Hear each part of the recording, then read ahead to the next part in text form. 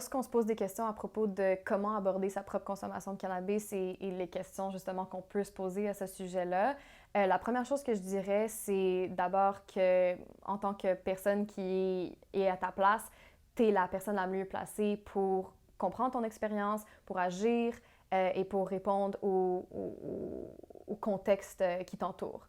Ani Bojo, Nimkins Indijnakas, Oki Kendan Donjaba, Beneshan Dondem, Anishnabanendao. Mon nom c'est Connor Lafortune. Je viens de la Première Nation d'Okis. J'habite dans le nord-est de l'Ontario et mon nom d'esprit c'est le Petit Esprit de Tonnerre. Je m'appelle Kira Londonado et je suis étudiante en doctorat à l'Université de Montréal et ma recherche se centre sur l'examen de la relation entre la consommation de cannabis et la santé mentale chez les jeunes queer et trans.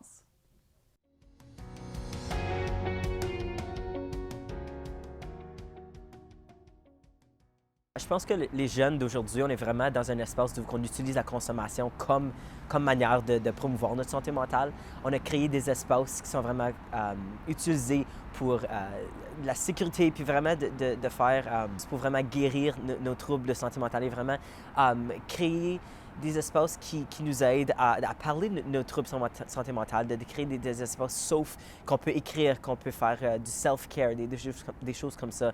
Donc, c'est important de nos jours de vraiment parler de la santé mentale quand on parle de notre consommation. Parce que c'est plus seulement juste quelque chose que les gens font comme « Ah, je vais juste aller prendre un joint, je vais juste aller fumer ça. » C'est quelque chose qui a été créé comme manière de guérir, comme manière de vraiment enlever souvent les médicaux, les choses comme ça. Donc, c'est qu'on ne considère pas notre santé mentale à travers du processus, donc le processus est invalide.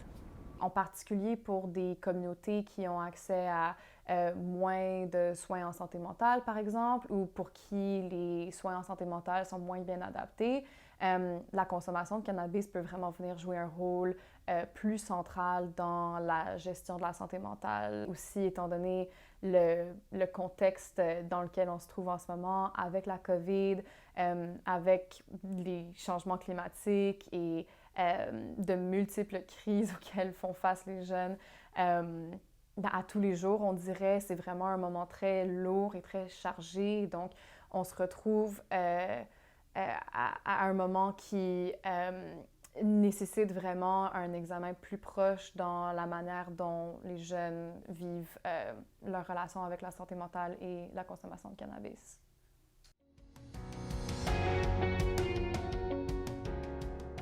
Je pense que le plus gros malentendu de les gens qui consomment dans la jeunesse, c'est qu'il y a tellement un aspect implicite que c'est tellement néfaste pour toi. Il y a un biaisé que comme, les gens ils pensent comme, aussitôt que tu consommes, c'est comme, ah, ça va affecter ta santé mentale, ton cerveau va pas développer, puis il y a tellement de choses qui sont imposées sur les gens qui consomment. C'est drôle parce que quand tu considères les effets que l'alcool a sur la jeunesse, puis vraiment toutes les choses néfastes, même pas juste dans la jeunesse, mais sur le foie à long terme, il y a juste une culture qui a été créée alentour de l'alcool, c'est juste comme, ah oui, c'est pour le fun, c'est pour le party, c'est correct, c'est acceptable de donner à un jeune de 14 ans une bière, mais si tu le vois fumer un joint à 18 ans, c'est comme, oh my God, as if que tu laisses quelqu'un faire ça. Mais à cause qu'on a créé une culture de party puis une culture qui est juste acceptable, le cannabis est juste comme tellement visé. Puis ça vient de l'histoire de comment ça a été criminalisé, l'histoire de comment les gens utilisaient. Puis c'est souvent des communautés qui sont moins fortunées qui usaient qui consommaient de cette façon-là. Puis c'est vraiment juste drôle de comment l'histoire et le racisme et toutes ces choses-là, comment que ça affecte la vie de la consommation d'aujourd'hui. Mais c'est les stéréotypes qui sont tellement mis sur les jeunes. Lorsqu'on aborde le sujet de consommation de cannabis par les jeunes, on a beaucoup tendance à avoir une approche de peur, une approche paternaliste, une approche de contrôle, un certain dédain par rapport à la consommation de cannabis par les jeunes. Et ça nous amène souvent à vouloir que les jeunes n'utilisent pas, à vouloir que les jeunes utilisent plus tard ou à ce que les jeunes, finalement, on pousse les jeunes à cacher leur consommation ou à consommer un peu dans un vide éducatif ou dans un vide de soutien où que les jeunes n'ont pas vraiment de personnes autour d'eux, d'elles, vers qui se tourner si on a des questions à propos du cannabis ou si on a des besoins en ressources à propos du cannabis ou si on veut de l'information.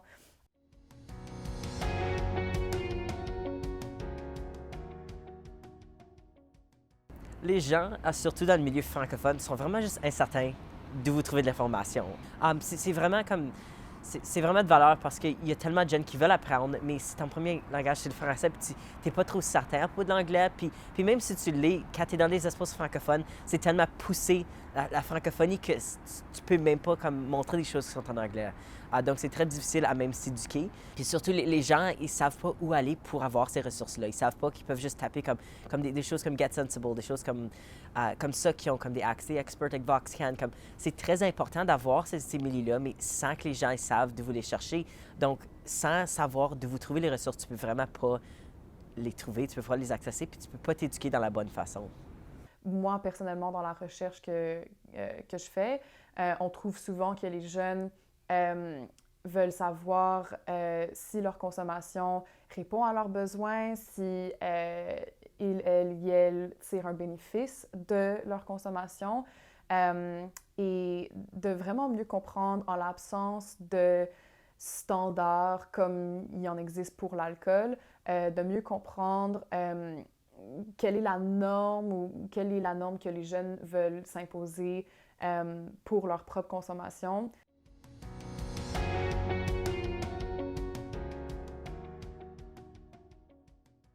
Lorsqu'on parle du cannabis, c'est important de se le rappeler que la consommation de tout le monde est différente parce que justement, tout le monde est différent. Sans vouloir être trop cliché dans mes propos, les questions qu'on peut se poser à ce sujet-là, moi, habituellement, ce que je suggère, mais évidemment, comme j'ai dit, c'est à toi de décider.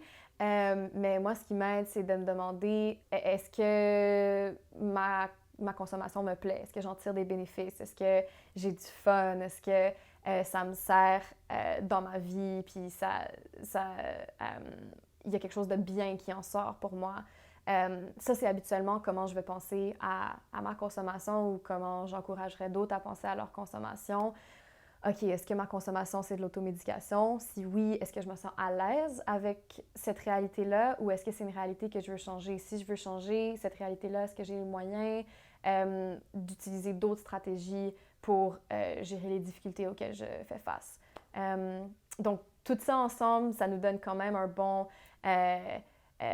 ensemble d'outils qu'on peut utiliser pour se poser des questions plus pertinentes que juste une liste préétablie qu'on suivrait. Mon message serait « Keep yourself in check ». Vraiment, prends en considération comment tu consommes, pourquoi tu consommes, comment ça te fait sentir de consommer. Moi, c'est quelque chose qui est très important pour moi, c'est faire le journaling, d'écrire de la poésie, de la musique, n'importe quoi, de vraiment la sortir pour vraiment comprendre comment tu consommes, comment ça t'affecte, parce que il y a différentes façons de consommer, il y a différentes façons de vraiment aider avec notre santé mentale, mais sans considérer tous ces effets-là, tu n'es pas en train de consommer de bonne ou de mauvaise façon, t'es juste, ça t'aide pas à la fin de la journée. Donc, si tu es toujours en train de penser à comme « Ah, ben ça m'aide, mais ça m'aide pas, ben je vais pas faire l'autre affaire. » Si tu considères ces choses-là, je pense que ça va vraiment améliorer ta santé mentale.